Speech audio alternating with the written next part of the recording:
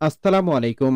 ABC live নিউজে আপনাকে স্বাগত। শুরুতে এই সংবাদ শিরোনাম, এরপর বিস্তারিত। পুরোদমে দখলদার ইসরায়েল, ফিলিস্তিন, ইরান, হিজবুল্লাহ যুদ্ধ চলছে। জানিয়ে দিব আমাদের হাতে থাকা সর্বশেষ গুরুত্বপূর্ণ আপডেট আন্তর্জাতিক সংবাদ। ইসরায়েলকে 4 মুসলিম দেশের কঠিন হুঙ্কার। এবার কি করবে ইসরায়েল ও আমেরিকা? জানিয়ে দিব সাগরে তোলপাড় করে শত্রুদের সিগন্যাল দিল ইরান। কিছুদিন ঘুমানোর পর জেগে উঠেছে খামেনি। আরো জানিয়ে দিব বোমা নয়, খাবারের অভাবে ভাঙছে ইরান। মসজিদে মসজিদে বৃষ্টির দোয়া, পানির অভাবে ধ্বংসের মুখে তেহরান। এবং আরো জানিয়ে দিব নতুন বাবরি মসজিদ ঘুরে ভারতের তীব্র উত্তেজনা। সর্বশেষ জানিয়ে দিব ভেতরে ভেতরে যুদ্ধ চলছে ইরান ও মোসাদ। ইসরায়েলের ভেতরে ঢুকে পড়ছে ইরান। শুনছিলেন সংবাদ শিরোনাম, এরপর বিস্তারিত। তার আগে অনুরোধ থাকবে, ভিডিওটি যদি ভালো লেগে থাকে ভিডিওটিতে একটি লাইক এবং কমেন্ট করে জানিয়ে দিন আজকের সংবাদের সবথেকে গুরুত্বপূর্ণ মতামত, এবং আরো কমেন্ট করে জানিয়ে দিন আপনি কোন জায়গা থেকে দেখছেন এবং শুনছেন। ইসরায়েলকে 4 মুসলিম দেশের হুঙ্কার। এবার কি করবে যুক্তরাষ্ট্র? যুক্তরাষ্ট্রের উদ্যোগে গাজায় যুদ্ধবিরতি হলো এর পেছনে গুরুত্বপূর্ণ ভূমিকা পালন করছে কাতার, মিশর ও তুরস্ক।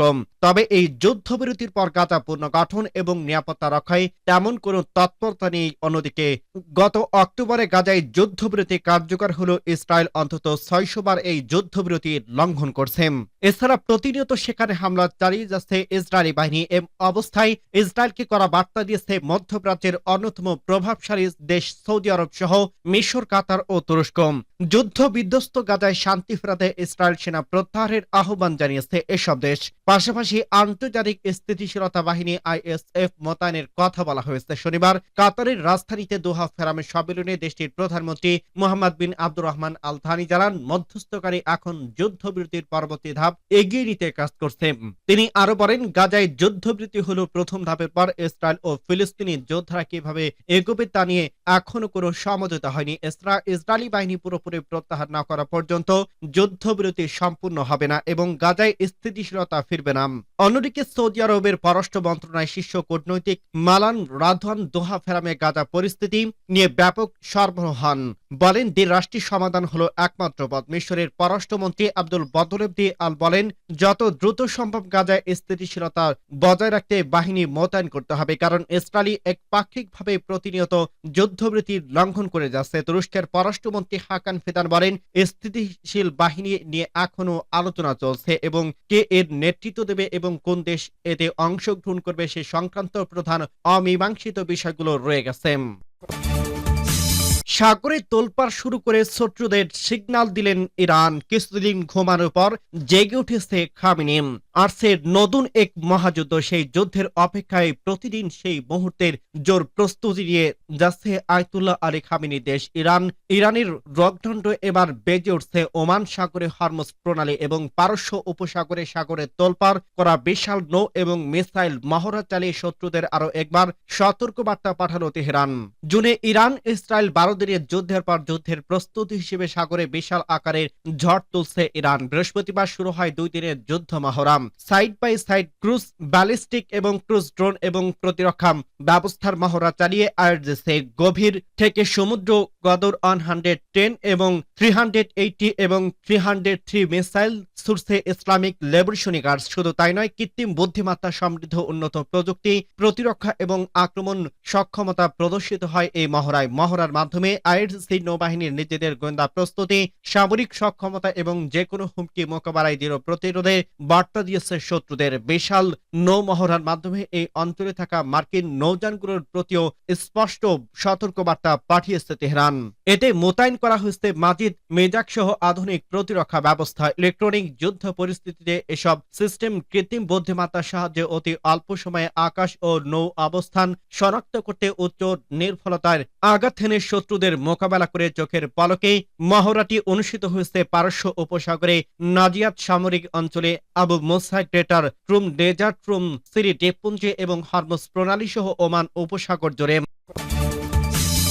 বোমা নয়, খাবারের আঘাতে ভাঙছে ইরান। মসজিদে মসজিদে বৃষ্টির জন্য দোয়া, পানির অভাবে ধ্বংসের মুখে ইরান। দিনের পর দিন পশ্চিমা নিষেধাজ্ঞা, শত্রু ষড়যন্ত্র কিংবা চোখের রাঙানি কিছুতেই দমাইতে পারেনি ইরানকে। কিন্তু টানা ৬ বছর ধরে চলমান ভয়াবহ খরা ও তীব্র পানি শূন্যতায় দেশটিকে দাঁড় করিয়ে দিয়েছে ধ্বংসের মুখে। মহাকাশ থেকেও দেখা যাচ্ছে খরার চিত্র। রাজধানী তেহরানের মসজিদগুলোতে বৃষ্টির জন্য দোয়া করছে লাখো মানুষ। শহর জুড়ে দেখা দিয়েছে ভয়ঙ্কর আতঙ্ক। যে কোনো দিন সম্পূর্ণ বন্ধ হয়ে যেতে পারে তেহরানের কলের পানি। প্রেসিডেন্টের প্রকাশ্যে স্বীকার করছে অচিরেই বৃষ্টি না এলে রাজধানী থেকে জনসাধারণকে সরিয়ে নিতে হবে অন্য কোথাও। বাতাসে ভাসছে গুরুত্বপূর্ণ এক প্রশ্ন, পানি সংকট আরো গভীর হলে বসবাসে একেবারে অযোগ্য হয়ে পড়বে ইরান। ইরানের পানি সংকট অবশ্য শুধুমাত্র তেহরানের সমস্যা নয়। গত অক্টোবর মাসের পর থেকে এক ফোঁটা বৃষ্টি পাননি দেশের বৃষ্টি প্রদেশ। পানি ধরে রাখার প্রধান জলধারাগুলোর প্রায় 10% শুকিয়ে গেছে। তেহরানের যেসব বাঁধ রিজার্ভ ওয়াল থেকে পানি পায় এবং অন্যতম লাটিয়ান ড্যাম, সেখানে মাত্র 9% পানি আছে। পাহাড়ের প্রদেশের নদীতল এখন প্রায় পুরোটাই শুকনো। ইরানের দ্বিতীয় বৃহত্তম শহর মাজদাহির জলধারার মাত্র 3% পানি আছে। কিন্তু দেশটির এমন করুণ অবস্থা কেন হলো? পানি নিয়ে এমন ভয়াবহ বিপর্যয় ইরানের অন্য কোনো আকস্মিক ঘটনা নয়। দশকের পর দশক ধরে সরকারের ভুল সিদ্ধান্ত, অতিরিক্ত পানি উত্তোলন, ডর্জনের পর ডর্জন অপরিকল্পিত ড্যাম নির্মাণ, লেকুজিউ ভরা পুরনো পাইপলাইন আর দুর্নীতি ও অব্যবস্থাপনা ইরানকে ঠেলে দিয়েছে ওয়াটার ব্যাংক, করাপাসিবা পানির দেউলিয়ার দিকে। কৃষিকাজের জন্য দেশটির খরচ হয়ে যায় প্রায় 90% পানি। 1979 সালের পর সেচ ভূমি দ্বিগুণ হওয়ার ফুরিয়ে গেছে ভূগর্ভস্থ পানির সংকট। এর সঙ্গে যুক্ত হয়েছে জলবায়ু পরিবর্তনের বৈরী ধাক্কা। তেহরান এখনো অনেক বসত বাড়িতে সরাসরি পানি নেই। কখনো অল্প পানি আসে, কখনো একেবারেই বন্ধ থাকে। পানি শূন্য হয়ে গেলে তেহরানের বাসিন্দাদের অন্য কোনো উপযোগী স্থানে সরিয়ে নেওয়ার কথা বলছে সরকার। ইতিহাসের নতুন বাবরি মসজিদ ঘিরে ভারতের উত্তেজনা। সকল বাধা নিষেধ, দলীয় ভুক্রুটি আর রাজনৈতিক চাপ উপেক্ষা করে পশ্চিমবঙ্গের মুর্শিদাবাদে উদ্বোধন হলো নতুন বাবরি মসজিদের ভিত্তিপ্রস্তর।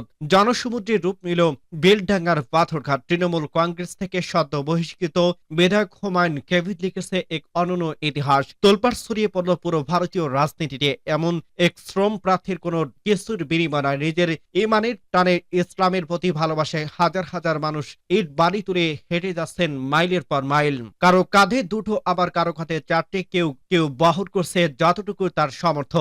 অযোধ্যায় উগ্র হিন্দুত্ববাদের হিংস্রতা ধ্বংসস্তূপে পরিণত হওয়া সেই বাবরি মসজিদের স্মরণে শনিবার মুর্শিদাবাদে জমিনে গড়ে উঠছে তার অনুরূপ নতুন এক মসজিদ। আবেগ, ভালোবাসা, ত্যাগ ভরপুর এক দৃশ্য যেন প্রকাশ করে ভারতীয় মুসলমানদের ধর্মীয় অনুভূতির গভীরতা। বেলডাঙ্গার পাথরঘাটের মানুষের ঢল, কর্মদ্রম মাটিতে পা রেখে হাজারো মানুষ ছুটে আসছেন ভিত্তিপ্রস্তর স্থাপন অনুষ্ঠানে যোগ দিতে। পুরো এলাকা পরিণত হয়েছে জনসমুদ্রে। সকালের আলো ফোটার আগেই মসজিদ কমপ্লেক্সের সামনে জমতে থাকে মানুষের ঢল। আল্লাহু আকবার ধ্বনিতে আর আজানের সুরে ভরে উঠে চারদিক। এই উদ্যোগের কেন্দ্রবিন্দুতে আসছেন তৃণমূল কংগ্রেসের থেকে সদ্য বহিষ্কৃত বিধায়ক হুমায়ুন কবির। রাজনৈতিক চাপ, দলীয় সাসপেনশন কিংবা বিতর্ক কোনটি থামাতে পারেনি তার সংকল্প। শিলান্যাসের মঞ্চে দাঁড়িয়ে তিনি বলেন, বাবরি মসজিদ তৈরি হতে হবেই, কোনো শক্তি আটকাতে পারবে না। প্রয়োজন হলে জীবন দিয়ে রক্ষা করতে হবে। 1992 সালের 6 ডিসেম্বর যেদিন ধ্বংস করা হয়েছিল অযোধ্যার বাবরি মসজিদ, ঠিক সেই দিনটিকেই বেছে নেওয়া হয় নতুন এই মসজিদের ভিত্তিপ্রস্তর স্থাপনের জন্য। ভেতরে ভেতরে চলছে যুদ্ধ, ইসরায়েলের ভেতরে ঢুকে পড়ছে ইরানি যোদ্ধারা। আকাশ নয়, সমুদ্র নয়, চুপচাপ ছায়ার ভেতরে চলছে এক ভয়ঙ্কর যুদ্ধ। মোসাদ বনাম ইরান যে যুদ্ধ দেখা যায় না, কিন্তু ঠিকই রক্ত গরম দেয় পৃথিবীর শক্তিধর রাষ্ট্রগুলোর গোয়েন্দা দুনিয়ার শত্রু। সবসময় সন্দেহের সঙ্গে আসে, কোনো কিছুই পরিষ্কার নয়, কোনো কিছুই শেষ নয়। গল্পগুলো ভেসে ওঠে অর্ধেক সত্য আর অর্ধেক রহস্য, কখনো বিরতে সাজানো, কখনো প্রোপাগান্ডা। সোয়ালে বোনা ইসরায়েল ও ইরানের সোয়া যুদ্ধ এমনি। সম্প্রতি তেহরানে দাবি করছে তারা বহুদিনের প্রতীক্ষিত পাল্টা আঘাত হেনেছে। তারা নাকি ইসরায়েলের সবচেয়ে সংবেদনশীল পরমাণু চক্রে অনুপ্রবেশ করছে। গোপন নথির বিশাল ভান্ডার তুলে এসেছে, যেখানে রয়েছে বিজ্ঞানীদের তালিকা, স্থাপনার মানচিত্র, আভ্যন্তরীণ নথিও আছে। ইরানি টেলিভিশন এই গল্পকে প্রায় কিংবদন্তি পরিণত হয়েছে। একটি ব্যাপার শান্ত হয়নি, কে পুরো ঘটনা বানিয়ে বলছে না আসল যুদ্ধ বহুদিন ধরে আকাশে নয় চলছে গোয়েন্দা সংস্থার অন্ধকার করিডোর ধীরে ধীরে পরিচিত পরিস্থিতির কাছে থেকে আধুনিক ধাপ শুরু হয়েছে 1900 থেকে শুরু করে 2018 সালে। তখন ইসরায়েলি এজেন্টরা তেহরানের দক্ষিণে একটি গোদামে ঢুকে সেখান থেকে গোপন অস্ত্র কর্মসূচির 1 লাখের বেশি নথি চুরি করে আনে। অভিযানটি ছিল অবিশ্বাস্য এবং সাধারণ ছদ্মবেশে ঢুকেছিল, পাহাড়দের ফাঁকি দিয়েছিল, সিন্ধুক ভর্তি কাগজপত্র নিয়ে ছেড়ে অদৃশ্য হয়ে বেরিয়ে যায়। পরে ইসরায়েলের এই নথিগুলো প্রদর্শন করে নকশা, মানচিত্র, অস্ত্রের ব্লুপ্রিন্ট। এরপর ইরানের ভেতরে একের পর এক অদ্ভুত ঘটনা ঘটে। নাতাঞ্জা বিস্ফোরণের ক্ষেপণাস্ত্র, উন্নয়ন এলাকার পাশে আগুন, শিল্প কারখানায় দুর্ঘটনা, সবাই কাকতালীয়ভাবে ইরানের পরমাণু স্থাপনায় আঘাত হানে। শুরুতে তেহরান বলছিল প্রযুক্তিতেই তরিম, পরে বাধ্য হয়ে বিদেশি ধ্বংসাত্মক কর্মকাণ্ডকে দায়ী করে। এভাবেই স্বীকার করে যে ইসরায়েল তাদের ভেতরে গভীর পর্যন্ত ঢুকে গেছে।